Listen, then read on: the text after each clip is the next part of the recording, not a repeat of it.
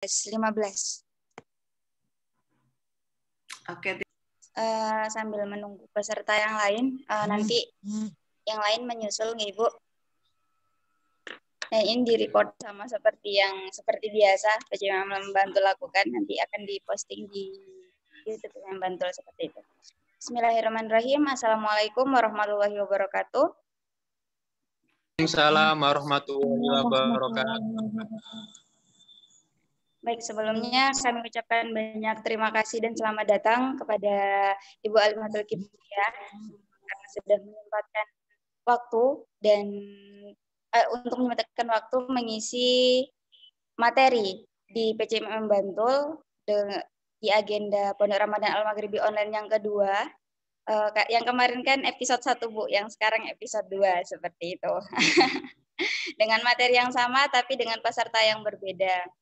Kegiatan nasional yang dilakukan setiap tahunnya gitu. Baik, alhamdulillahirabbil alamin wa bihi nasta'in wa ala umuri dunya waddin. Shalatu wassalamu ala asrofil anbiya'i wa mursalin sayyidina Muhammadin wa ala alihi washabihi. Amma ba'du. Puji dan puji syukur kehadirat Allah Subhanahu wa taala, karena rahmat dan hidayahnya lah alhamdulillah kita masih diberi nikmat sehat dan kesempatan untuk mengikuti agenda Pondok Ramadan Al-Maghribi Online yang diselenggarakan oleh PCMM Bantul. Insya Allah dalam keadaan sehat walafiat ya teman-teman, Ibu. Selawat serta salam tak lupa kita haturkan kepada baginda Rasulullah Muhammad SAW, karena beliaulah yang telah membawa kita dari zaman kegelapan menuju zaman yang terang benderang, dari zaman jahiliyah menuju zaman yang modern seperti yang kita rasakan sampai saat ini. Semoga kita mendapatkan syafaat di yaumil akhir kelak. Amin amin ya rabbal alamin. Baik, materi kita pada sore hari ini yaitu feminisme muslim di Indonesia. Sebelum kita mulai atau nanti Bu Alimatul Kibriyah menjelaskan atau memaparkan materi kita, mungkin perlu saya sampaikan kepada teman-teman ya bahwa Ibu Alimatul Kibriyah ini adalah komisioner Komisi Nasional Perempuan tahun 2020 sampai 2021 seperti itu. Baik, mungkin bisa kita mulai. Sebelum kita mulai, marilah kita buka dengan baca basmalah bersama-sama. Bismillahirrahmanirrahim. Baik, kepada Profesor Alimatul Kibriyah kami persilahkan. Terima kasih Mbak Moderator. Mbak siapa namanya? Mbak Rizka. Rizka, oke. Makasih Mbak Rizka. Bismillahirrahmanirrahim. Assalamualaikum warahmatullahi wabarakatuh. Waalaikumsalam warahmatullahi wabarakatuh. Salam kebaikan untuk kita semuanya. A'udzubillahi minasyaitonirrajim. Bismillahirrahmanirrahim. Alhamdulillah wa syukurillah wa la haula wa la quwata illa billah, amma ba'du. Yang saya cintai dan saya banggakan teman-teman pengurus cabang YMM Bantul. Saya juga orang Bantul ya. Jadi kita sama-sama dari Bantul. Dan juga kepada seluruh peserta yang hadir di sini. Ya, ini terekam ya. Jadi walaupun yang hadir baru sedikit, mudah-mudahan nanti hasil rekamannya bisa dilihat oleh yang lain juga. Baik. Alhamdulillah pada sore hari ini kita akan mencoba memanfaatkan waktu sebaik-baiknya dan mudah-mudahan majelis yang sangat terhormat ini diridhoi oleh Allah dan juga membawa kemanfaatan ya untuk kita semuanya, terutama kemanfaatan untuk bagaimana mengimplementasikan nilai-nilai kemanusiaan. Nah, pada hari ini kita akan bicara tentang feminis muslim di Indonesia. Saya akan presentasi dan nanti akan kita diskusikan bersama ya, kalau ada hal-hal yang ingin kita lihat lebih detail lagi. Ya, tentang feminis muslim di Indonesia, itu seperti apa begitu. Baik, ini tadi sudah disampaikan. Nah, mungkin sekarang saya mohon dibantu apa arti feminisme dan mengapa perlu ada feminisme. Silakan teman-teman, bisakah di-chat kira-kira apa arti feminisme dan mengapa perlu ada feminisme, atau bisa raise hand. ya, dan kemudian bisa menyampaikan dengan open cam ya, karena sedikit orang, jadi saya pikir nggak masalah, ini nggak akan terlalu gaduh gitu. Silahkan, atau mungkin diawali dari Mbak Rizka dulu. Apa itu feminisme dan mengapa ada feminisme, Mbak?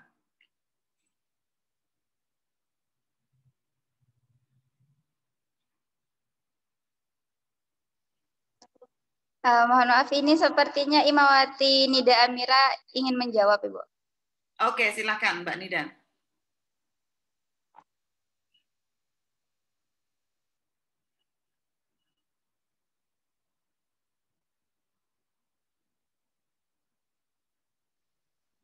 Ya, Imawati, dipersilakan. Baik, di sini saya mencoba izin menjawab, Ibu. Jadi feminisme itu sendiri yang saya pahami dari serangkaian gerakan politik, gerakan sosial, dan ideologi yang memiliki tujuan yang sama. Seperti itu. Terus kenapa perlu adanya feminisme sendiri? Ya mungkin tadi untuk menyuarakan mereka yang memiliki tujuan yang sama. Seperti itu. Oke, makasih Mbak Nida. Ini di chat, wah ini Mbak Novita Dwi Nur Hidayah ini kayaknya sudah ketemu saya berkali-kali ini, sudah ngelontok kayaknya ini. Mbak Novita dari Lamongan ini. Halo Mbak Novita. Mana Mbak Novita? Ya, mungkin bisa diaktifkan suaranya ya. Ya silakan Mbak Novita, kayaknya itu sudah ikut berkali-kali ini. Mbak Novita yang sama bukan ini? Oke, sama Bu. Oke. Ya silakan disampaikan Mbak Novita. Bismillahirrahmanirrahim. Sebentar. Sinyalnya agak susah sebentar. Kedengaran kok, silakan.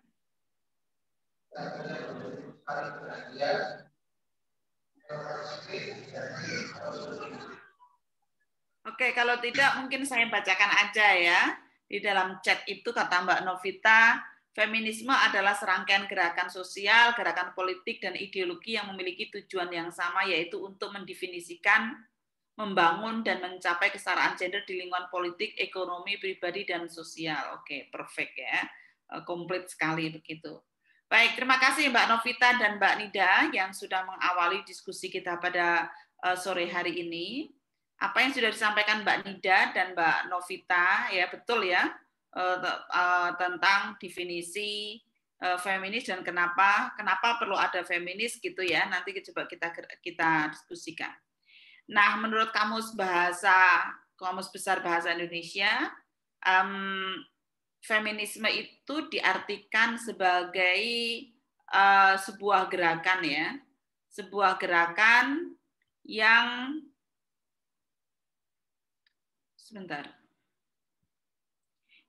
sebuah gerakan perempuan yang menuntut persamaan hak sepenuhnya antara kaum laki-laki dan kaum perempuan. Atau feminisme itu kalau kita lihat dari definisi Mbak Novi tadi ya, bahwa bergeraknya itu di semua aspek kehidupan begitu. Nah, kalau kita lihat feminisme ini bergerak dengan keyakinan bahwa perempuan dan laki-laki itu sama manusia sempurna. Gerakan bahwa perempuan juga mempunyai hak asasi yang harus dipenuhi sebagaimana juga hak asasi laki-laki ya. Ini yang juga sering kita baca di dalam literatur feminis ya yang ada gitu. Nah, kenapa perlu ada feminis? Karena masih banyak cara berpikir, penafsiran dan keyakinan yang mengakar dan membudaya menempatkan perempuan tidak senilai dan bahkan di bawah laki-laki, sehingga melahirkan banyak persoalan dan penderitaan pada perempuan seperti perempuan terdiskriminasi dan juga perlakuan yang tidak adil. Nah, persoalan ketidakadilan ini ada dalam alam pikir, keyakinan, sikap, dan perilaku. Apa contohnya ketidakadilan yang terjadi? Misalnya keyakinan bahwa perempuan itu sumber fitnah ya, sehingga seolah-olah dia berhak untuk dilecehkan. Lalu juga perempuan tidak boleh jadi pemimpin laki-laki, misalnya perempuan sebagai objek seksual, perempuan mendapatkan upah yang rendah dan lain sebagainya. Ya, nah siapa itu feminis? Seorang feminis itu adalah seseorang yang mempunyai 3 kriteria ini, yaitu yang menyadari ada persoalan perempuan, lalu ada usaha menyelesaikan persoalan itu sehingga kehidupan perempuan menjadi lebih baik. Karena itu, dengan definisi tersebut, maka apakah feminis itu harus orang perempuan? Ya jelas tidak. Kenapa? Laki-laki pun juga ada yang menyadari adanya persoalan perempuan, lalu berikhtiar untuk menyelesaikan persoalan itu, sehingga kehidupan perempuan menjadi lebih baik dalam semua aspek kehidupan. Ya, everyone can be a feminist, ya. Laki-laki tidak memiliki pengalaman kebertubuhan yang sama dengan perempuan. Lalu gimana caranya laki-laki itu menjadi seorang feminis? Apakah bisa tuh laki-laki menjadi feminis 100% sebagaimana seorang perempuan gitu kan? Itu sering juga dilontarkan ya pertanyaan-pertanyaan seperti itu gitu. Tapi kalau dengan 3 kriteria tadi, asal dia mempunyai kesadaran lalu berusaha menyelesaikan persoalan itu, lalu kehidupan perjuangannya itu menumbuhkan kehidupan perempuan menjadi lebih baik, maka dia juga sudah dapat dikatakan sebagai seorang feminis, walaupun mungkin tidak mengalami kebertubuhan ya seperti perempuan misalnya dengan menstruasi, hamil, melahirkan, menyusui, nifas dan premenopause dan sebagainya. Nah, Plato itu dianggap sebagai seorang feminis laki-laki pertama karena menyatakan bahwa perempuan itu mampu untuk berpartisipasi sepenuhnya sebagai warga negara. Ini ada sih dalam bukunya The Republic, itu dituliskan di sana. Kalau dalam konteks Muslim World, itu Qasim Amin dalam buku Tahrirul Mar'ah, ya, itu juga menggelorakan ya semangat pembebasan perempuan. Dia adalah seorang tokoh yang terkenal, reformis dari Mesir begitu.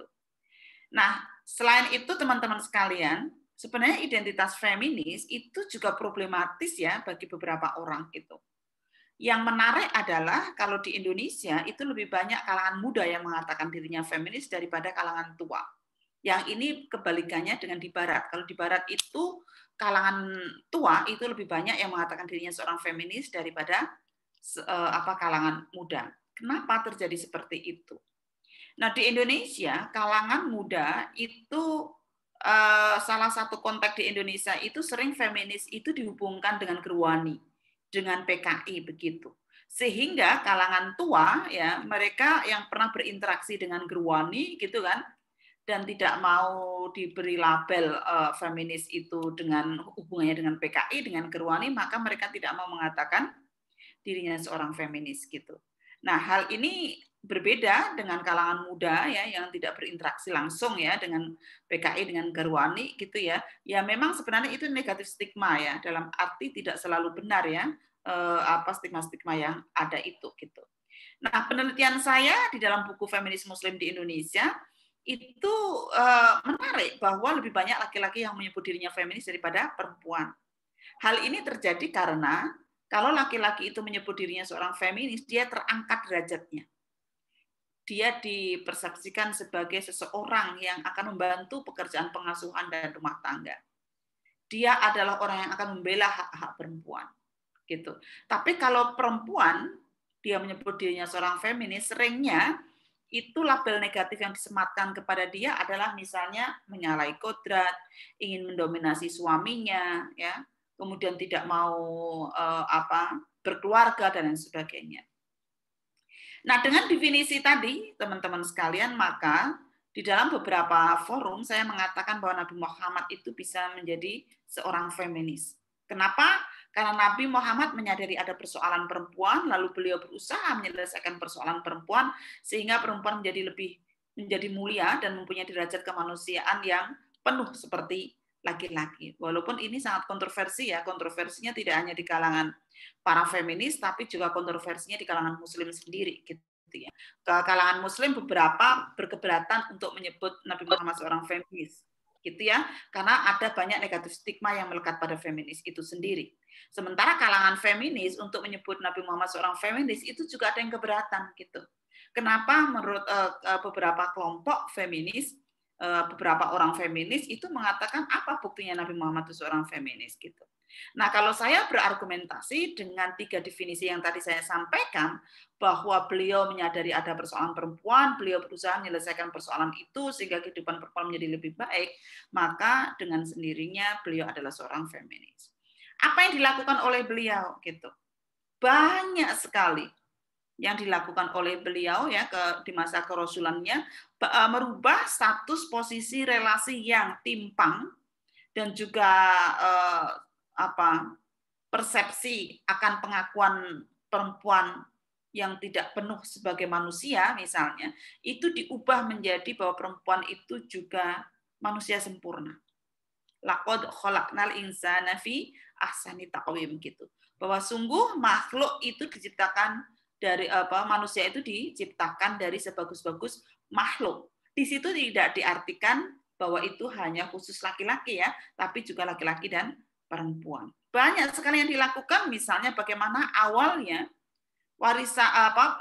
perempuan itu menjadi harta warisan, diwariskan, itu menjadi perempuan juga berhak mendapatkan waris dan bahkan mewariskan. Juga awalnya apakah manusia atau bukan, ya dia itu manusia. Apakah rohnya kekal atau tidak, betul itu rohnya kekal. Dan lain sebagainya ya. Bahkan Umar bin Khattab pada suatu saat menyampaikan bahwa, wah, kami semula itu tidak menganggap terhormat dan penting loh kaum perempuan itu.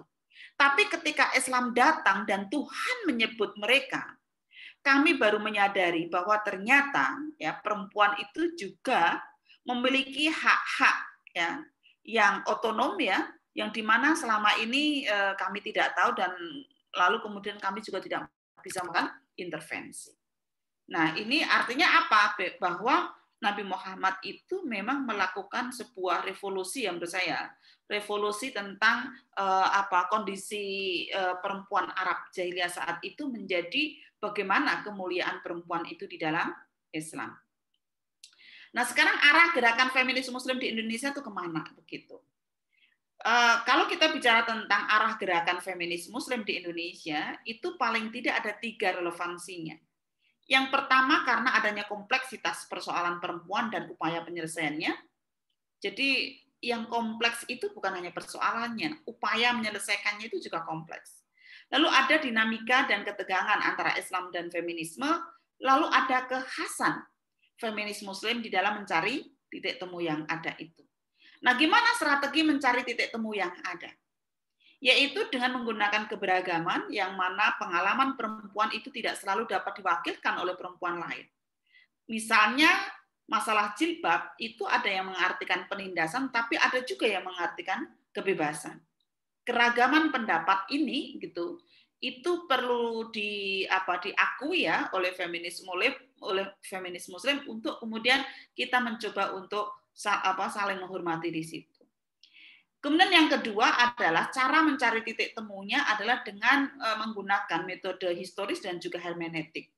Historis di sini dalam arti bagaimana sih melihat asbabun nuzul dan asbabul wurud ya terkait dengan teks-teks keagamaan yang ada.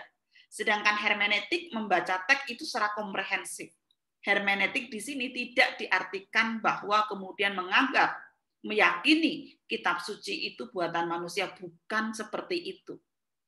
Hermeneutik yang kita maksudkan di sini adalah hermeneutik yang membaca teks secara komprehensif antara ayat satu dengan ayat lain, hadis satu dengan hadis lain, dan lain sebagainya, termasuk juga memahami tata bahasa Arab ya yang digunakannya. Lalu juga feminis Muslim itu menggunakan bayani, burhani, dan irfani. Artinya tidak lepas dari teks Quran hadis yang ada ya. Landasan-landasan normatif yang digunakan itu seperti apa, lalu coba kita kemudian konsultasikan, ya, kontekstualisasikan dengan ilmu pengetahuan dan juga hati nurani, gitu.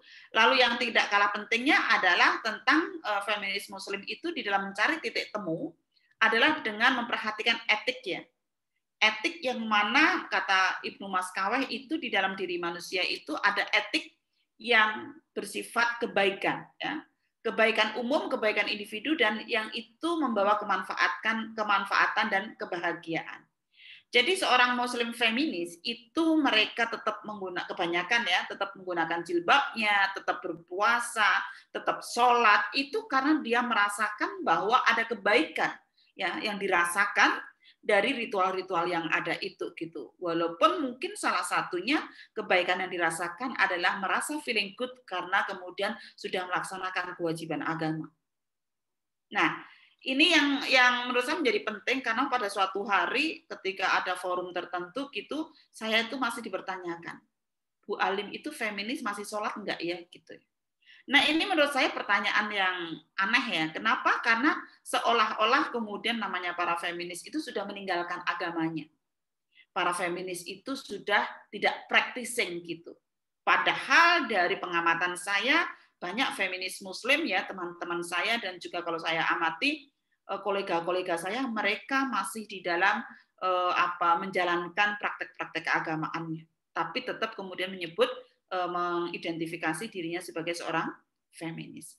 Yang tidak kalah pentingnya di dalam melakukan titik temu itu adalah cara strategi yang digunakannya itu silent revolution, yaitu tetap bergerak walaupun pelan ya, gitu. Tidak kemudian melakukan sesuatu yang sangat radikal. Nah, lokus gerakan feminis muslim di Indonesia itu diantaranya adalah terkait dengan tubuh perempuan, keluarga, dan peran publik. Ketika tubuh perempuan, misalnya persoalan tentang jilbab dan marital rape dan kekerasan ya, misalnya bagaimana jilbab itu simbol kebebasan, ya bukan sebagai simbol penindasan misalnya. Lalu bagaimana menolak marital rape dan kekerasan ya dalam bentuk apapun ya yang terjadi baik kepada perempuan ataupun juga anggota keluarga lainnya misalnya. Lalu aspek keluarga, feminis muslim tidak anti keluarga ya. Keluarga dilihat sebagai entitas penting untuk penegakan hak asasi manusia. Karena hak asasi manusia itu tidak hanya ditegakkan di ruang publik, tapi di ruang private itu juga harus ditegakkan. Peran publik itu juga sangat penting, bagaimana kepemimpinan dan terlibat aktif di masyarakat, itu juga menjadi salah satu bagian penting yang menjadi fokus daripada gerakan feminis muslim ya di Indonesia.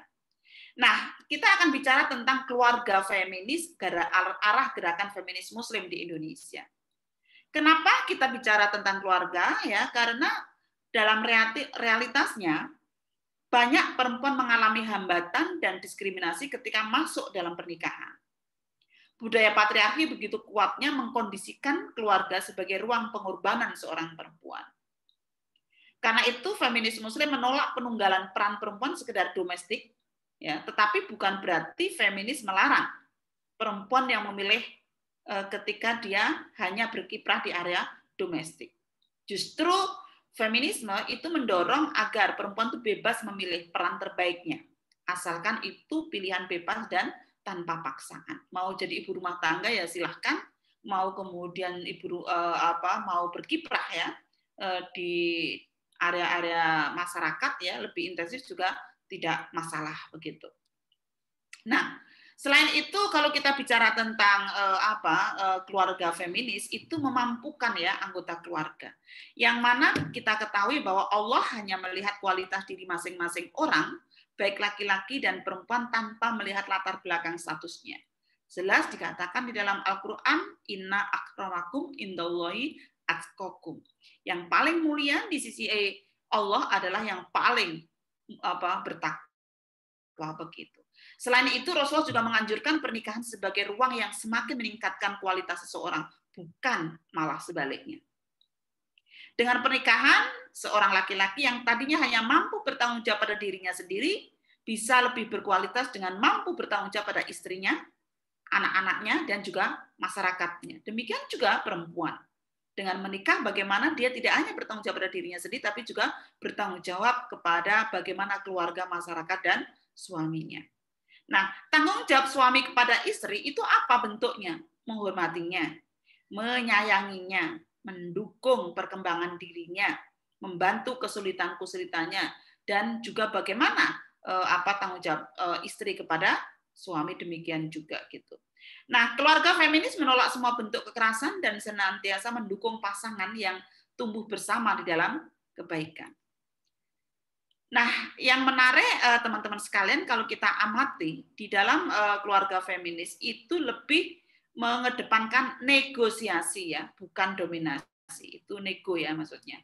Negosiasi bukan dominasi. Jadi pada saat terjadi bentrok kebutuhan karir antara suami dengan istri, maka kompromi dan negosiasi itu yang dikedepankan, bukan siapa yang harus mengalah. Ya, tapi mana yang perlu diprioritaskan sesuai dengan situasi dan kondisi yang ada. Hubungan cinta di dalam keluarga dilandasi keinginan untuk mendukung kemajuan satu sama lain. Inilah hakikat dari keluarga feminis, yaitu hubungan kesalingan atau mubadalah dan keluarga yang sakinah, membahagiakan orang lain dan membahagiakan diri sendiri. Semangat keluarga feminis menghargai semua peran anggota keluarga sama pentingnya, mengimplementasikan kesalingan dan kesetaraan, dan juga mengedepankan negosiasi dan kompromi bukan dominasi, serta menerima fleksibilitas peran gender yang ada di dalam keluarga. Nah, pekerjaan domestik dan pengasuhan itu adalah tanggung jawab orang tua, bukan hanya tanggung jawab ibu. Walaupun tafsir konservatif itu cenderung ya tidak memperdulikan kemajuan peran dan pikiran istri. Biasanya mereka terus menggaungkan bahwa hanya perempuanlah yang terampil merawat anak dan menyepelekan keterampilan laki-laki. Tafsir ini membuat laki-laki dan para suami tidak mampu melakukan keterampilan dasar hidup seperti memasak dan membersihkan rumah. Orang tua, tidak hanya ibu, itu mempunyai tanggung jawab pengasuhan dan pekerjaan rumah tangga secara bersama-sama ya dengan anggota keluarga yang lainnya. Laki-laki adalah partner, bukan musuh. Jadi feminis Muslim tidak mengenal misandri. Ya. Dan tugas reproduksi ya itu adalah sebuah kodrat gitu. Laki-laki bukan musuh atau makhluk yang harus dibenci, tetapi laki-laki adalah mitra. Perjuangan untuk menegakkan nilai-nilai keadilan dan kesetaraan. Keluarga adalah entitas penting untuk membangun peradaban bangsa, karena itu hak-hak asasi anggota keluarga sangat penting untuk diperhatikan dan dipenuhi.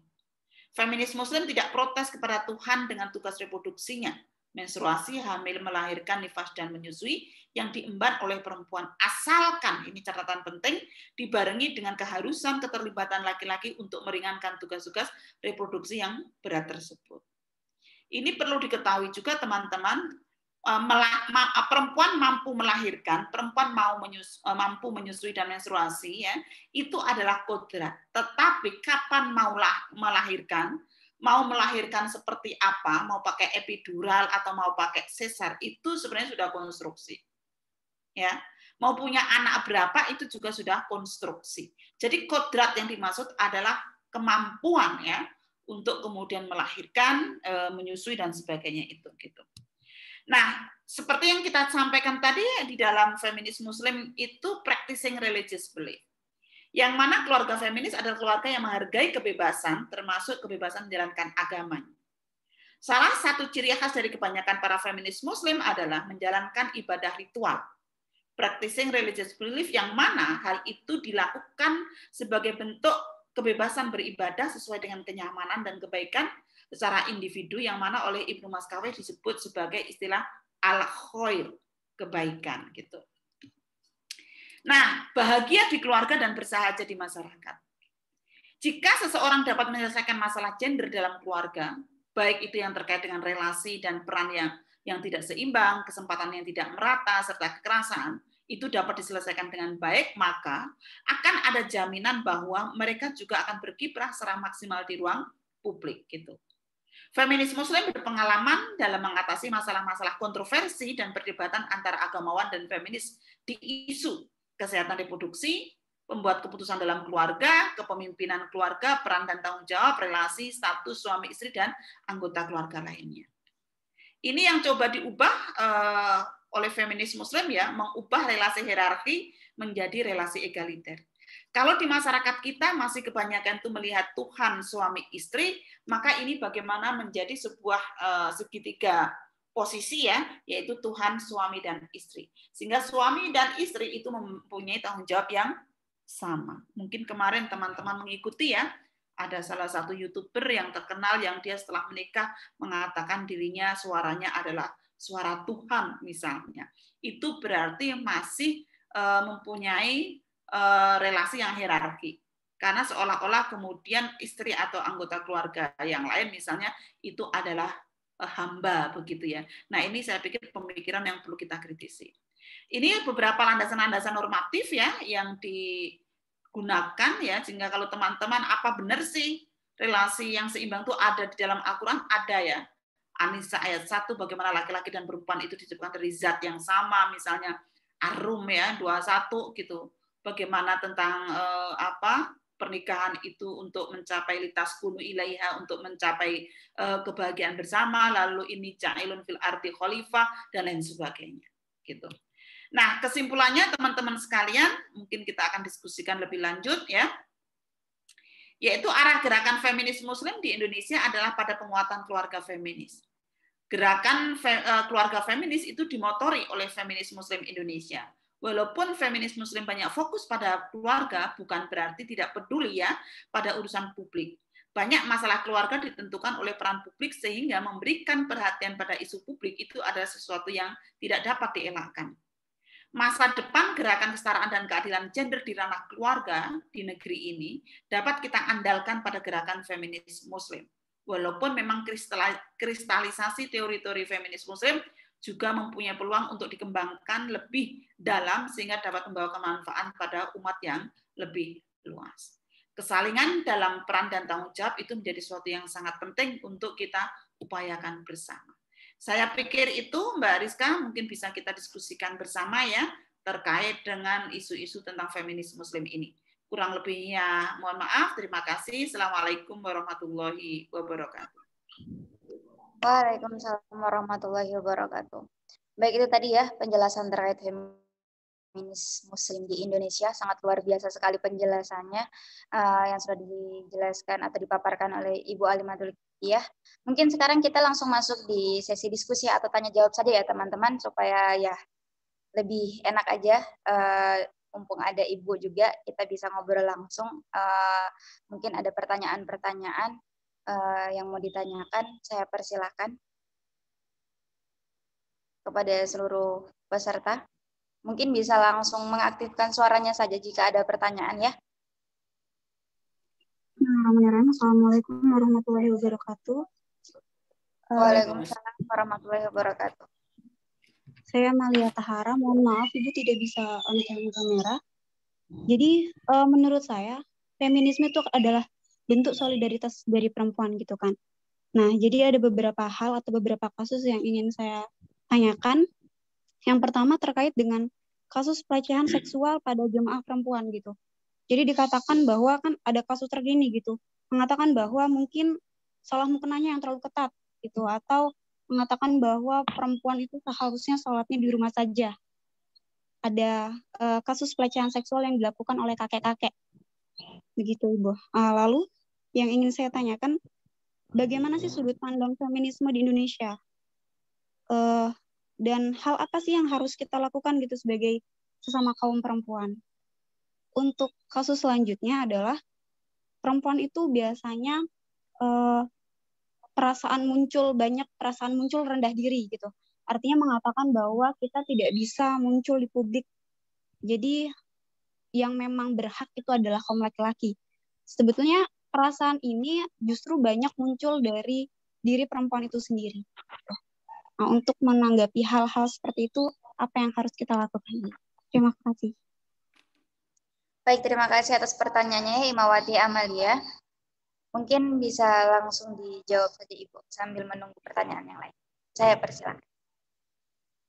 Terima kasih Mbak Amalia Tahara ya, pertanyaan yang sangat menarik gitu. Yang pertama terkait dengan bagaimana kasus-kasus kekerasan seksual ya, itu yang sering dihubungkan dengan pakaian ketat ataupun misalnya pakaian minim ya, ataupun juga misalnya tidak berjilbab dan lain sebagainya. Nah, menurut saya itu pendapat yang keliru ya. Kenapa? Karena sebenarnya tidak ada hubungan itu antara kekerasan seksual itu dengan cara perempuan berpakaian. Ya. Kenapa? Karena realitasnya itu kalau dari data yang dilaporkan ke Komnas Perempuan, korban kekerasan seksual itu dari bayi umur 2 tahun sampai nenek-nenek yang berumur 74 tahun. Dan dari cara berpakaiannya dari yang terbuka sampai yang pakai cadar. Ya, itu mengalami kekerasan seksual gitu. Nah, karena itu menurut saya, kenapa perempuan itu sering disalahkan? Karena salah satunya penafsiran agama ya, yang sering kadang-kadang sumber fitnah tadi ya. Persoalan kenapa feminis muncul tadi kan salah satunya karena penafsiran agama yang sering yang tekstual dan misoginis, yang misalnya mengatakan bahwa sumber fitnah itu adalah harta tahta wanita. Sehingga ketika terjadi kekerasan seksual itu dikembalikan kepada wanita itu, gitu. Nah, ini ya menurut saya ya memang teksnya begitu, tapi kan harus dipahami konteksnya bagaimana, gitu kan. Apakah Burhani, ilmu pengetahuan riset-riset yang ada itu apakah selalu begitu, gitu. Karena riset yang ada membuktikan bahwa tidak selalu begitu. Karena banyak juga laki-laki yang menjadi penggoda, gitu. Karena itu bagi saya sumber fitnah kalau untuk saya ya harta tahta pria, gitu kan. Karena ya kadang-kadang para mantan itu selama masa pandemi ini ya juga pada menggoda-goda itu. Walaupun awalnya bertanya, gimana kamu masih hidup? Enggak, gitu ya. Kena COVID? Enggak, gitu lah. Itu kalau kita lanjutkan bisa jadi fitnah.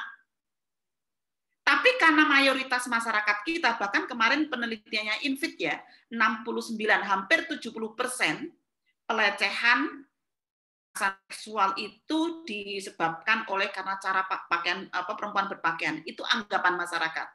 Jadi 70% masyarakat kita tuh masih punya anggapan seperti itu. Ya. Karena itu nanti kalau kita melakukan pendampingan, kita tidak bisa menanyakan pakaian kamu pakai seperti apa dan sebagainya kayak gitu. Walaupun menurut saya sih ya kita kemudian win-win solution ya. Dalam arti ya oke, itu adalah kesalahan otaknya laki-laki gitu ya, tapi ya kemudian kita tetap empan-papan ya. Dalam arti kita tetap menggunakan pakaian yang sopan sesuai dengan budaya kita masing-masing misalnya gitu. Enggak kemudian provokatif gitu ya pakaiannya gitu ya. Walaupun ada yang provokatif pun dia juga enggak berhak ya untuk kemudian dilecehkan gitu. Jadi cara menjawabnya kalau seperti itu adalah cara tidak melecehkan perempuan itu ya tidak melecehkan perempuan, bukan dengan cara mengatur cara perempuan berpakaian gitu loh. Ya kan? Jadi salah satu cara supaya tidak terjadi kekerasan seksual itu tidak melakukan kekerasan seksual kepada perempuan, tidak melakukan kekerasan seksual kepada perempuan, bukan kemudian mengatur baju perempuan. Gitu. Sama ya, supaya tidak terjadi zina ya nggak usah zina, tidak kemudian membolehkan atau mendorong pernikahan anak ataupun poligami gitu. Jadi untuk menghindari zina ya tidak zina gitu aja. Bukan kemudian supaya tidak zina maka menikahlah di usia anak dan kemudian poligamilah, bukan begitu. Ini kadang-kadang logikanya itu kurang pas gitu untuk digunakan argumentasi-argumentasi yang ada gitu ya. Nah, kemudian yang kedua tadi ya, ini beberapa kasus itu sering juga berasal dari perempuannya sendiri, yaitu merasa rendah diri, ya, merasa rendah diri gitu. Nah, menurut saya perasaan rendah diri ini ya perlu diatasi dengan banyak terlibat dalam organisasi, banyak membaca, ya kan? Banyak bergaul gitu ya, sehingga mempunyai kepercayaan diri untuk kemudian menyampaikan ide-idenya. Ya katakanlah sekarang ya kita sedang melakukan diskusi ini, ya siapa tahu 10% dari apa yang saya sampaikan itu masuk ke long term memory teman-teman. Masuk ke long term memory teman-teman, lalu menjadi kaulan baligho, kata-kata yang mengena gitu ya, sehingga suatu saat ketika mendiskusikan atau ditanya oleh tetangganya, temannya tentang persoalan-persoalan yang sedang kita bicarakan, kita tahu, oh iya ya, Bu Alim dulu pernah bicara kayak gitu. Kayaknya saya perlu baca lagi dan sebagainya gitu. Apalagi kalau itu diimplementasikan, biasanya kaulan balighonya itu lebih mengena gitu. Ibaratnya bukan mengukir di atas air ya, tetapi bagaimana mengukir di atas batu begitu. Karena itu teman-teman sekalian, ya mungkin kita perlu menghilangkan rasa rendah diri itu. Kita akan menjadi rendah diri kalau kita melakukan kesalahan ya. Dalam arti kesalahan misalnya naudzubillah min dzalik, sesuatu yang tidak sesuai dengan ajaran agama, kita bisa rendah diri gitu. Tidak percaya diri. Tetapi kalau kita itu orang-orang yang baik-baik saja, kita menjalankan semua perintah agama, gitu kan? Ya nggak perlu kemudian kita minder gitu ya. Karena itu memang sangat penting ya, banyak berlatih gitu ya, banyak berlatih.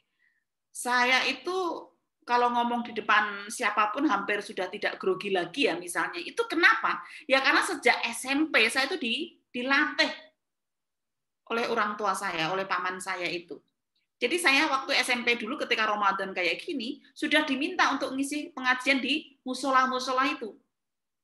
Jadi kalau misalnya paman saya itu mau ngisi pengajian di musola A, saya di drop di musola B, nanti pulang dari musola A, saya dijemput lagi sama paman itu untuk kemudian pulang begitu. Itu sejak SMP. Untuk berlatih begitu. Nah, supaya kita percaya diri, ya kita menguasai apa yang kita sampaikan. Ya, kita menguasai apa yang saya sampaikan. Ya kayak saya ini bicara tentang feminis muslim nggak tahu sudah yang keberapa kali ya.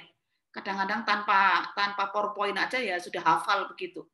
Ya, misalnya itu ya kemudian jadi percaya diri untuk menyampaikan itu.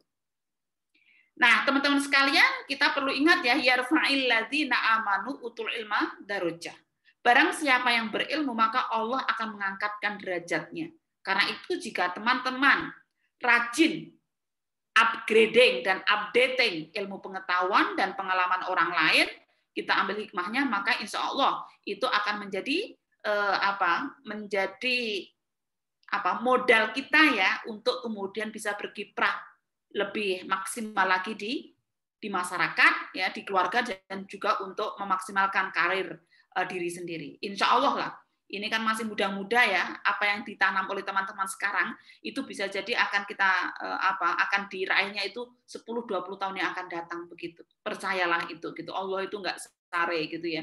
Sehingga kalau kita beriman dan bertakwa dengan sungguh-sungguh, maka Allah akan memberikan cara penyelesaian ataupun juga jalan keluar yang min haitsu la yahtasib makhrajan, yang dari arah yang tidak disangka-sangka. Kalau saya kok meyakini itu ya janji Allah surat At-Tolak ayat 2 dan 3 dan banyak sekali ayat-ayat Al-Qur'an yang memotivasi kita untuk inna ma'al usri yusra fa inna ma'al usri yusra dan sebagainya itu. Supaya kemudian kita mempunyai kepercayaan diri yang bagus, karena dengan percaya diri yang bagus, maka kita akan juga bisa menyampaikan ide-ide kita itu dengan percaya diri juga gitu. Saya pikir itu Mbak Amalia Tahara mudah-mudahan membantu penjelasan saya untuk menjawab pertanyaan-pertanyaan yang sudah disampaikan. Terima kasih. Baik Ibu, terima kasih banyak atas jawabannya, sangat membantu. Baik, itu tadi pertanyaan dari Imamati Amalia ya. Selanjutnya ada pertanyaan dari yang lain. Saya persilakan langsung dengan caranya. Iya, sepertinya.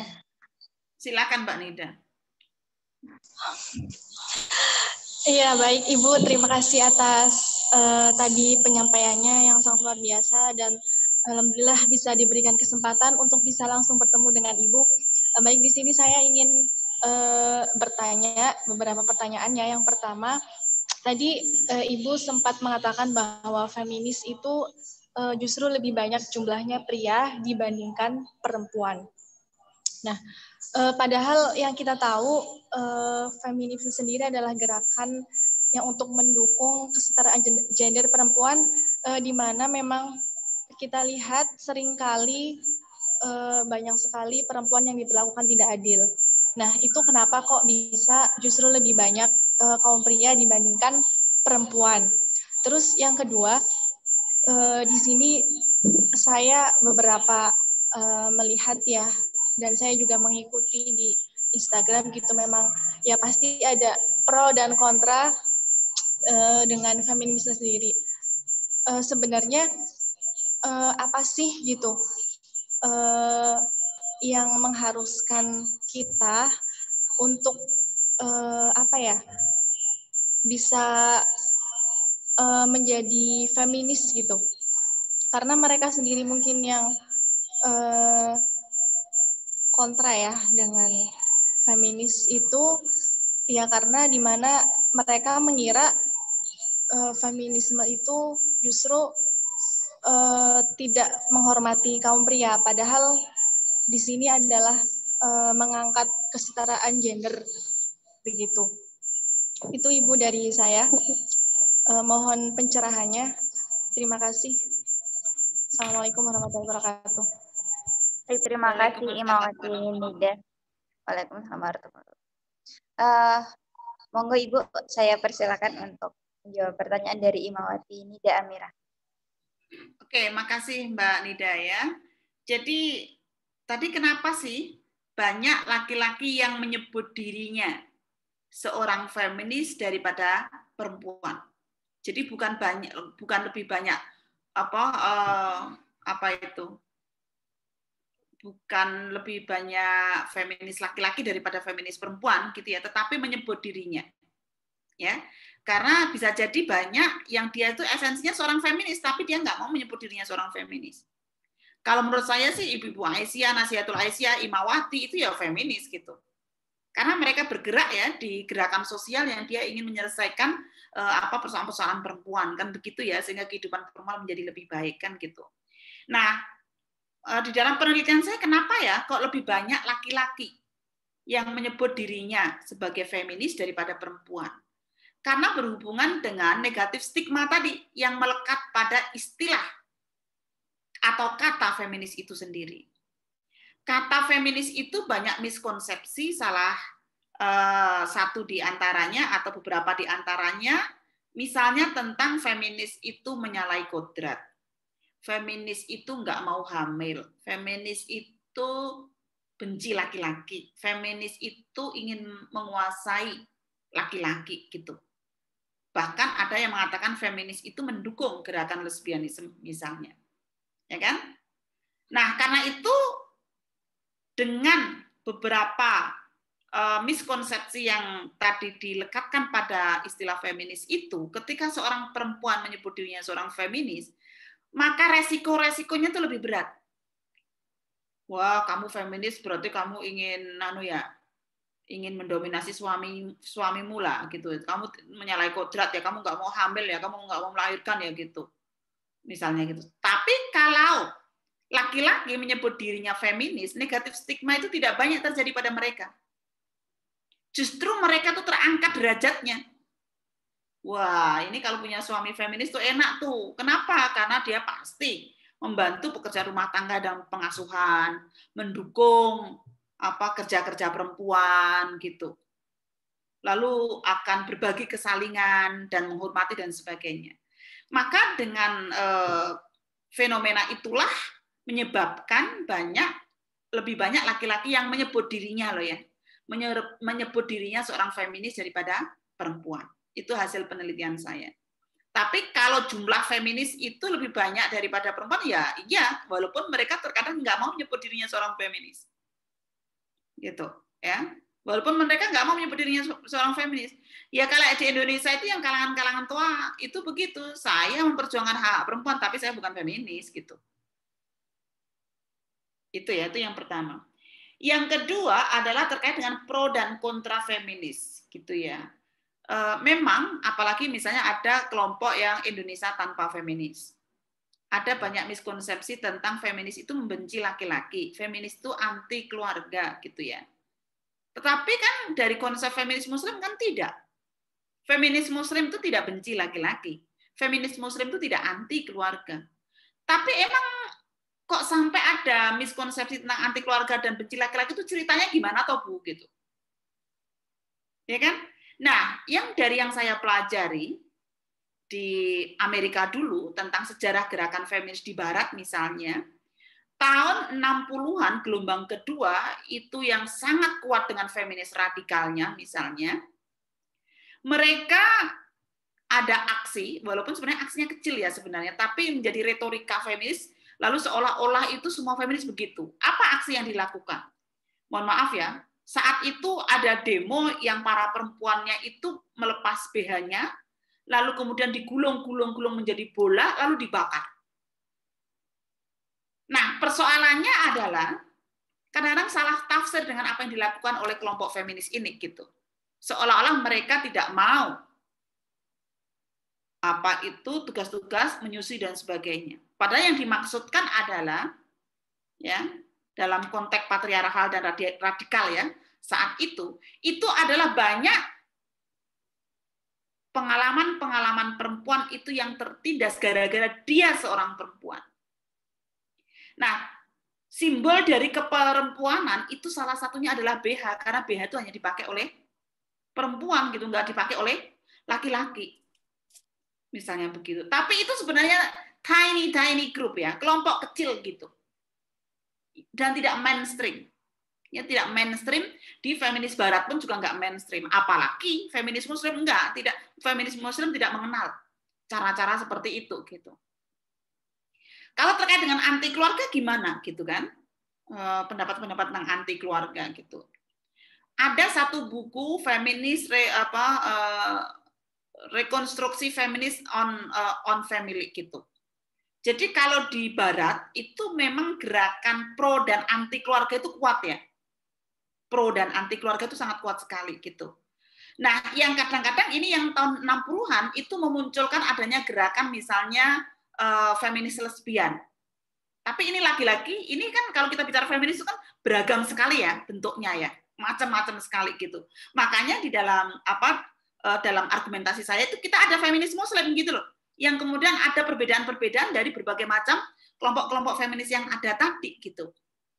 Nah, karena itu kemudian dari buku yang saya baca, sebenarnya secara umum yang ditolak oleh feminis itu bukan keluarga itu, bukan institusi keluarga. Yang ditolak adalah monolitik keluarga, yang mana keluarga sering ditafsirkan dari sisi ekonomi, yaitu suami mencari nafkah, istri di rumah. Bentuk keluarga yang hanya satu-satunya itu, yaitu kelompok keluarga ideal adalah suami mencari nafkah, istri di rumah, sementara tidak mengakui bentuk keluarga yang lain seperti dua-duanya mencari nafkah, dua-duanya tidak mencari nafkah, ataupun misalnya single parent, menolak keragaman yang ada itu, maka kemudian feminis itu mengkritisi isu keluarga itu gitu. Tapi karena membacanya itu tidak komprehensif, langsung aja disimpulkan feminis itu anti keluarga, nggak mau berkeluarga gitu. Oh, saya itu anaknya 3 loh, semuanya saya susui 2 tahun semua itu. Saya seorang feminis. Alhamdulillah, ya dengan pasangan, dengan suami ya baik-baik aja, kita penuh dengan kesalingan dan kesetaraan gitu kan. Jadi kadang-kadang memang miskonsepsi itu dipakai untuk menarasikan ya tentang persoalan-persoalan feminis itu. Bahkan ada begini juga, Bu, Mbak nggak usah ada feminis lah, udah pakai dakwah aja. Kan perempuan itu sudah mulia di Islam. Nggak perlu feminis itu gitu loh. Oke lah, kalau nggak mau mengatakan feminis, silakan kalau mau menggunakan dai isu gender gitu ya, atau daiyah yang berjuang pada isu-isu perempuan ya silakan saja gitu. Tapi secara keilmuan dengan ontologi, epistemologi dan aksiologinya tentang keilmuan feminis itu juga sudah mulai diakui ya menjadi bagian daripada ilmu-ilmu sosial yang ada gitu. Gitu. Nah, menurut saya salah satu tujuan penting feminis muslim itu adalah ingin mengembalikan ya implementasi daripada nilai-nilai kesetaraan dan keadilan yang didorong oleh Al-Quran dan dicontohkan oleh Rasulullah. Jadi kita tidak sedang membuat nilai baru, tidak. Feminis muslim tidak membuat nilai baru. Karena sebenarnya feminis muslim itu mencoba mengembalikan ya nilai-nilai kesetaraan dan keadilan laki-laki dan perempuan yang sebenarnya sudah disebutkan dalam Al-Quran dan juga dicontohkan oleh Rasulullah. Misalnya terkait dengan persoalan poligami, tadi pagi saya ngaji dengan Ustadz Wawan ya di pengajian pimpinan Pusat Aisyah misalnya. Jadi ketika Ali bin Abi Thalib itu meminta izin Fatimah untuk dipoligami, lalu Rasulullah mengatakan tidak membolehkan sampai mengatakan 3 kali ya. Itu kemudian juga sebenarnya para sahabat-sahabat Nabi ya Abu Bakar, Umar, Utsman itu, beliau itu tidak kemudian juga melakukan poligami ketika Rasulullah hidup loh. Gitu. Nah, ini saya pikir sesuatu yang sangat menarik ya untuk kita kaji lagi ya terkait dengan persoalan-persoalan itu gitu ya. Walaupun oleh kalangan feminis sih kadang-kadang ya apa buktinya Nabi Muhammad itu feminis, wong masih poligami kok gitu. Kadang-kadang saya juga dikritik itu sama teman-teman feminis yang sekuler itu gitu. Jadi saya tuh kadang-kadang mengalami dua sisi ya. Dari feminis sekuler dikritis, dari para agamawan itu juga dikritisi gitu. Nah, itulah yang kemudian bagaimana kita mencoba untuk mencari titik temu ya antara agamawan dengan feminis itu gitu. Oh iya, ini tadi juga dikatakan bahwa jadi setelah Nabi itu menolak Ali untuk melakukan poligami ya, itu kemudian sama Nabi itu disampaikan secara publik. Jadi artinya itu bukan hanya masalah private gitu. Beliau menyampaikan ke publik ini loh, Ali bin Abi Thalib tadi itu barusan minta izin Fatimah mau dipoligami. Ya enggak saya izinkan. Karena kebahagiaannya Fatimah kebahagiaanku, kesedihannya Fatimah kesedihanku gitu. Artinya apa? Kenapa Nabi mengulang kembali kata-katanya kepada Ali bin Abi Thalib itu di ruang publik? Karena masalah poligami ini juga persoalan publik, bukan hanya masalah pribadi atau private begitu. Gitu ya. Nah, kemudian juga tadi ya konsepsi tentang misandri tadi sudah ya. Jadi feminis muslim itu tidak kemudian membenci laki-laki. Tapi dari mana sih Bu asal usulnya? Kok ada istilah dalam gerak kalau kita mengkaji feminis itu man is enemy itu dari mana asal usulnya? Gitu kan?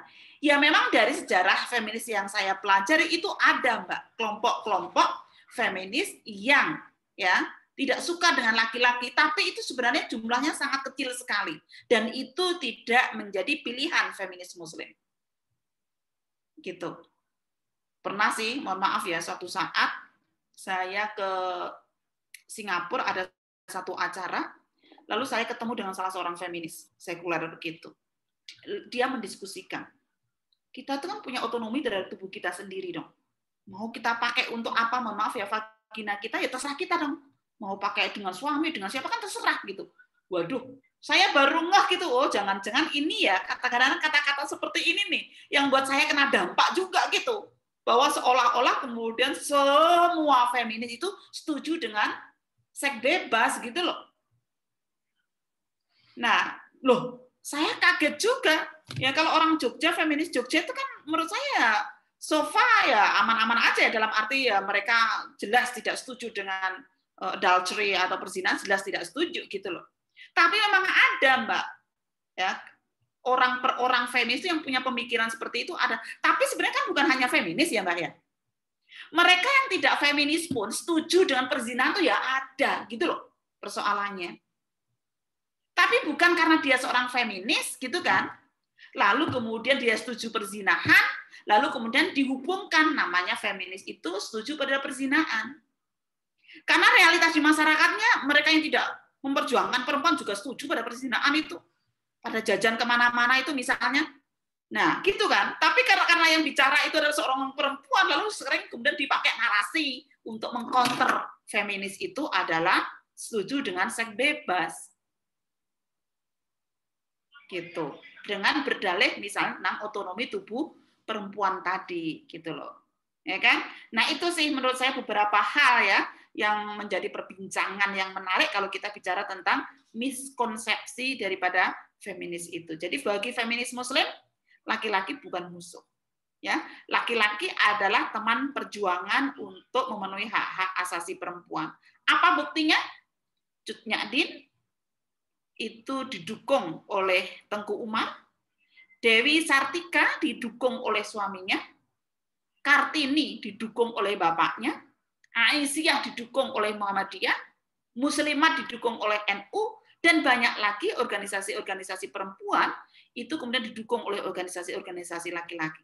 Jadi dalam penelitian saya dari responden semua yang saya yang wawancarai dan juga saya survei, nggak ada satu kata yang mengatakan man is enemy. Laki-laki adalah musuh. Dan itu menurut saya keunikan gerakan perempuan di Indonesia, Mbak Nida. Keunikan gerakan perempuan di Indonesia itu melibatkan laki-laki di dalam perjuangannya. Ini kan teman-teman kan, walaupun ini Imawati, ini kan teman-teman IMM laki-laki kan juga ada di sini. Ini salah satu bukti juga gitu. Bahwa kita tidak denial, tidak menyangkal ya, bagaimana keberadaan perempuan itu juga sangat disupport ya oleh laki-laki, sehingga kita tidak mengatakan bahwa man is enemy begitu. Nah, itu agak berbeda, Mbak Nida. Teman saya di Kanada, saya punya cerita di Kanada itu untuk ngambil menjadi ketua pusat studi wanita, ada seorang laki-laki yang sampai operasi jenis kelamin supaya jadi wanita. Sampai gitunya gitu. Jadi kok ketua pusat studi wanita kok laki-laki itu aneh gitu. Sampai kemudian operasi jenis kelamin untuk menjadi perempuan kemudian menjadi ketua pusat studi wanita gitu ya. Saya tahun 2007 ketemu dengan feminis gelombang kedua yang radikal tadi ya, yang sudah sepuh begitu di Kanada. Saya dikata-katain itu. Katanya begini, kamu orang Asia ya? Kenapa sih orang Asia itu kok mengagung-agungkan gender kok bukan wanita saja gitu? Kamu tahu nggak? Kalau nanti laki-laki dan perempuan itu sudah setara, laki-laki itu akan cenderung mengeksploitasi lagi gitu. Loh, saya baru sadar, ini kata-kata gender dan women itu pun juga politik untuk orang-orang tertentu. Sementara di Indonesia itu sederhana aja kadang-kadang. Ya sudah, kalau kita ngurusi perempuan ya pusat studi wanita. Tapi karena kita sekarang mengurusi laki-laki dan perempuan ya pusat studi gender. Kan gitu. Tapi ternyata tidak sesederhana itu di dalam beberapa gerakan perempuan yang ada di dunia untuk membincangkan itu gitu. Saya pernah di Amerika pas semester 1 dulu, kan saya pakai jilbab tetap ya. Saya menggunakan jilbab walaupun di Amerika. Nah, ada namanya Christina Sommer. Christina Sommer ini adalah pejuang anti-feminis. Jadi anti-feminis nggak hanya di Indonesia, Mbak. Anti-feminis itu di Barat pun juga ada. Dia karena saya pakai jilbab satu-satunya kan kelihatan sendiri itu. Ya kan? Lalu ditunjuk-tunjuk itu, kamu orang Asia ya yang pakai jilbab katanya gitu. Kamu jangan terpengaruh ya sama feminis-feminis yang ada di sini. Feminis di sini itu pokoknya feminis itu schizophrenia katanya. Feminis di sini tuh gila. Loh, kenapa? Dia mengatakan, orang lain nggak merasa tersinggung, tapi kalau sudah feminis ini tersinggung. Ya kan? Poligami jadi guyonan, orang lain nggak ada masalah, tapi kalau sudah feminis, poligami jadi guyonan menjadi tersinggung gitu. Sehingga kemudian saya diingatkan gitu. Yang kedua adalah para feminis itu exaggerated data katanya gitu. Exaggerated data itu membanyak-banyakkan data gitu. Lalu kemudian ditanya siapa di antara di sini semuanya yang tidak pernah mengalami kekerasan? Pasti mengalami kekerasan. So, kekerasan itu nggak masalah gitu. Kemudian saya ingat masuk ke long term memory saya ya, tahun 2004 itu, semester pertama ketika stadium general lah gitu ceritanya itu, lalu saya pakai jilbab sendiri, lalu saya duding-duding seperti itu gitu. Jadi saya punya pengalaman 2 kali. Di Kanada saya pernah menghadapi, di Amerika saya pernah menghadapi. Bahkan kemudian ketika di Australia, saya pun juga menghadapi, kamu feminis kok pakai jilbab sih gitu. Loh, kenapa? Kalau kamu punya hak untuk menutup atau membuka tubuh kamu sesuai dengan kenyamanan kamu, saya pun juga punya hak dong untuk menutup atau membuka tubuh saya sesuai dengan kenyamanan saya. Lah kalau saya nyaman berjilbab seperti ini sejak dari awal, dari MI, MTS, PGA, IAIN gitu kan. So kenapa dengan persoalan jilbab gitu? Jadi sebenarnya dialog saya dengan para feminis-feminis di dunia ini ya, itu ada persoalan-persoalan yang kadang-kadang tiba-tiba membuat saya terbelalak gitu ya. Misalnya tiba-tiba suatu saat oleh kalangan agamawan, Bu Alim itu masih sholat nggak sih gitu? Loh, emang kenapa? Karena menurut persepsi mereka namanya feminis sudah nggak perlu sholat lagi gitu. Loh, saya feminis tapi saya masih sholat kok gitu. Jadi dari kalangan agamawan saya pun juga sering dikritik, dari kalangan feminis sekuler saya pun juga sering kadang-kadang dipertanyakan. Yang mengkritik saya sebagai seorang feminis kok pakai jilbab itu nggak hanya sekali loh. Di Singapura pernah saya alami, kemudian di daerah mana saya lupa, saya pernah mengalami juga paling tidak 3 kali yang menegur saya, kamu feminis, kok kamu pakai jilbab sih gitu. Yang menarik juga, ketika saya memperkenalkan suami saya adalah insinyur perminyakan, itu juga dipertanyakan, kamu feminis? Lah kok suamimu orang perminyakan? Loh kenapa toh emang? Orang perminyakan itu kan merusak lingkungan gitu. Feminis itu nggak boleh merusak lingkungan. Nah itu pernah saya sampaikan kepada suami saya sih, Mas, jangan dipertanyakan itu. Masa suaminya feminis merusak lingkungan gitu. Ya, karena ada ekofeminis dan sebagainya itu ya, itu nggak bisa diterima itu oleh kalangan feminis sekuler itu kalau seorang feminis kok mempunyai suami yang bergerak di bidang eksploitasi ya, karena perminyakan itu dipahami sebagai eksploitasi alam gitu. Ya untungnya sih suami saya sejak tahun 2012 sudah tidak di perminyakan lagi ya, sehingga sudah tidak mengeksploitasi alam lagi gitu. Jadi itu Mbak, kalau kita bicara tentang feminis jadi beragam ya, muncul gitu di dalam kepala kita gitu. Dari pengalaman saya menjadi feminis selama, ya kalau sejak saya concern itu ya tahun 95 ya, sudah hampir lebih dari 25 tahun gitu. Saya bergerak di bidang itu, banyak sekali persoalan-persoalan. Karena itulah pengalaman-pengalaman saya ini, saya ingin mencoba untuk menawarkan tentang feminis muslim itu dengan pikiran-pikiran mencari titik temu antara agama dan feminis. To be feminist and to be religious in the same time, it doesn't matter. Nggak ada masalah. Itu sih, saya pikir. Itu Mbak Nida, terima kasih atas pertanyaannya, walaupun akhirnya jawabannya kok sampai mana-mana ya Mbak ya. Sampai perminyakan segalanya. Makasih saya. Ya, sangat mencerahkan saya. Boleh Ibu bertanya terakhir lagi? Oke, silakan terakhir ya, karena kita harus nyiapin buka puasa. Oh ya, maaf Ibu. Ya baik.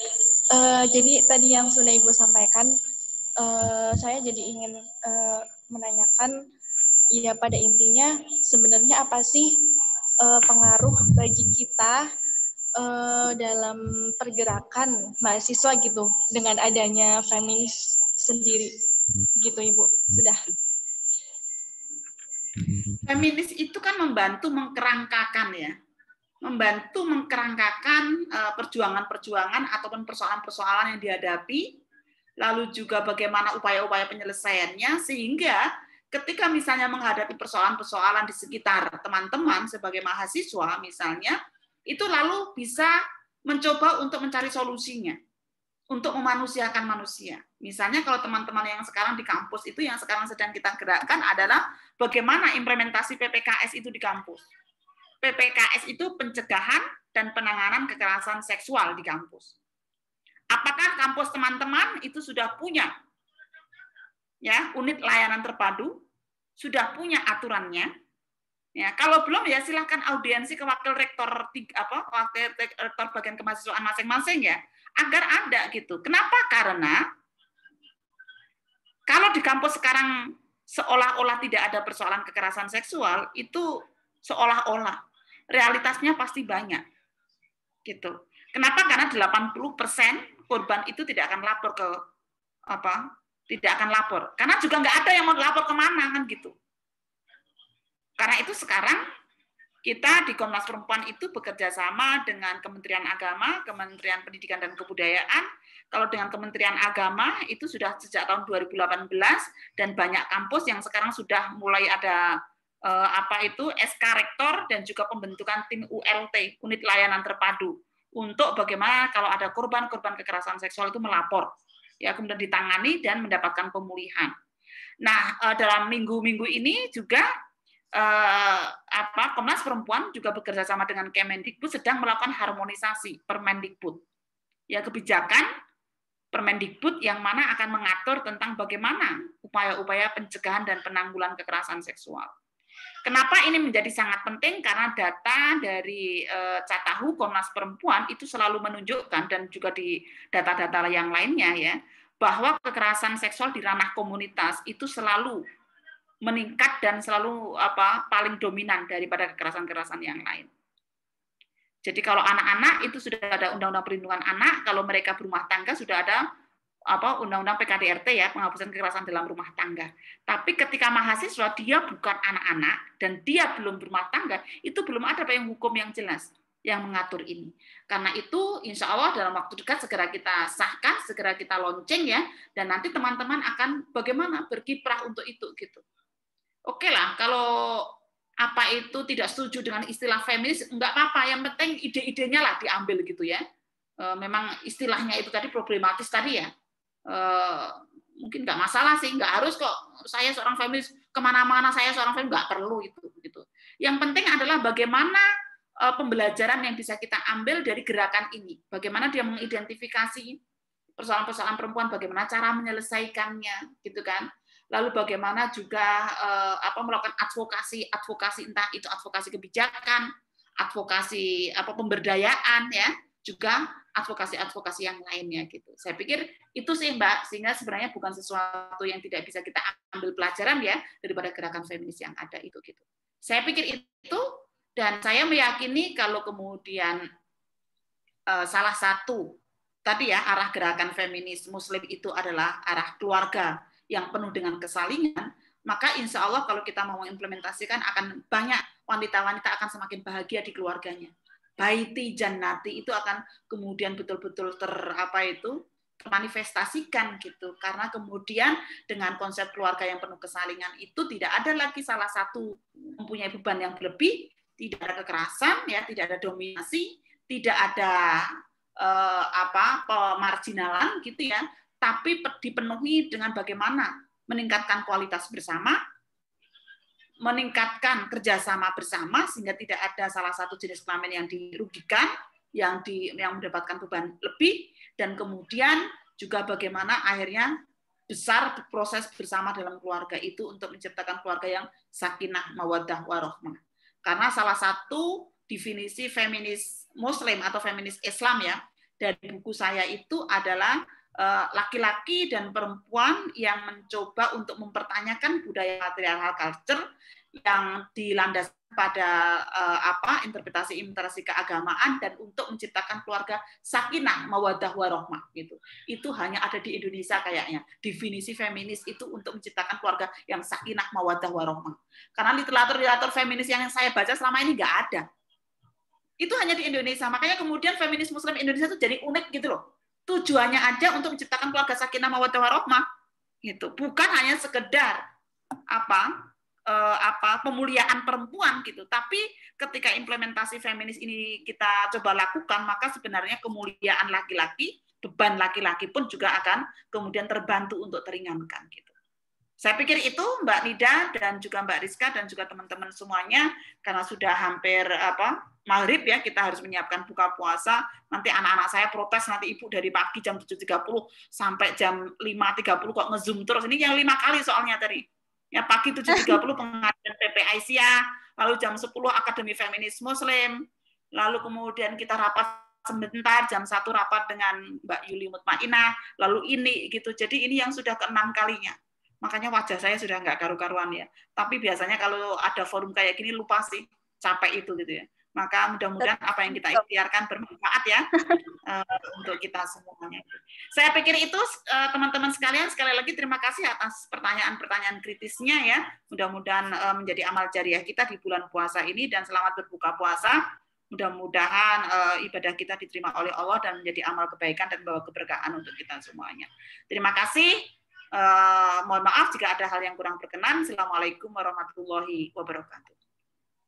Waalaikumsalam warahmatullahi wabarakatuh.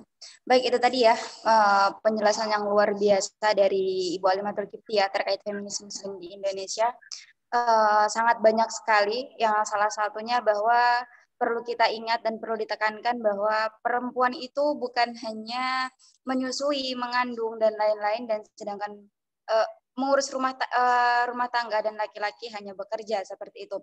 Melainkan laki-laki bisa menjadi perempuan dan perempuan menjadi laki-laki, yang intinya kita di sini bahwa ingin menunjukkan bahwa feminis atau feminisme itu ya untuk bahwa perempuan dan laki-laki itu memiliki hak yang sama seperti itu ya Ibu ya.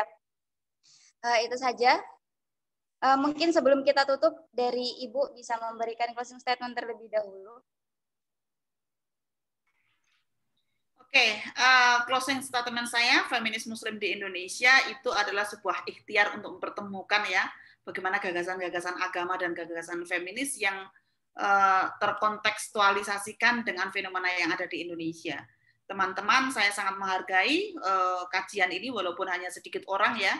Mudah-mudahan nanti ketika di YouTube-kan itu menjadi banyak yang melihat dan banyak yang menerima manfaat. Yang intinya adalah kita para kader-kader persyarikatan ini jangan puas ya dengan hanya mendengarkan saja, tapi marilah kita juga mengkaji lebih detail lagi ya persoalan-persoalan yang ada gitu. Kemudian kalau ada hal-hal yang terkait dengan miskonsepsi terkait dengan persoalan-persoalan feminis, mungkin perlu kita lihat ulang ya seperti apa sebenarnya gitu ya.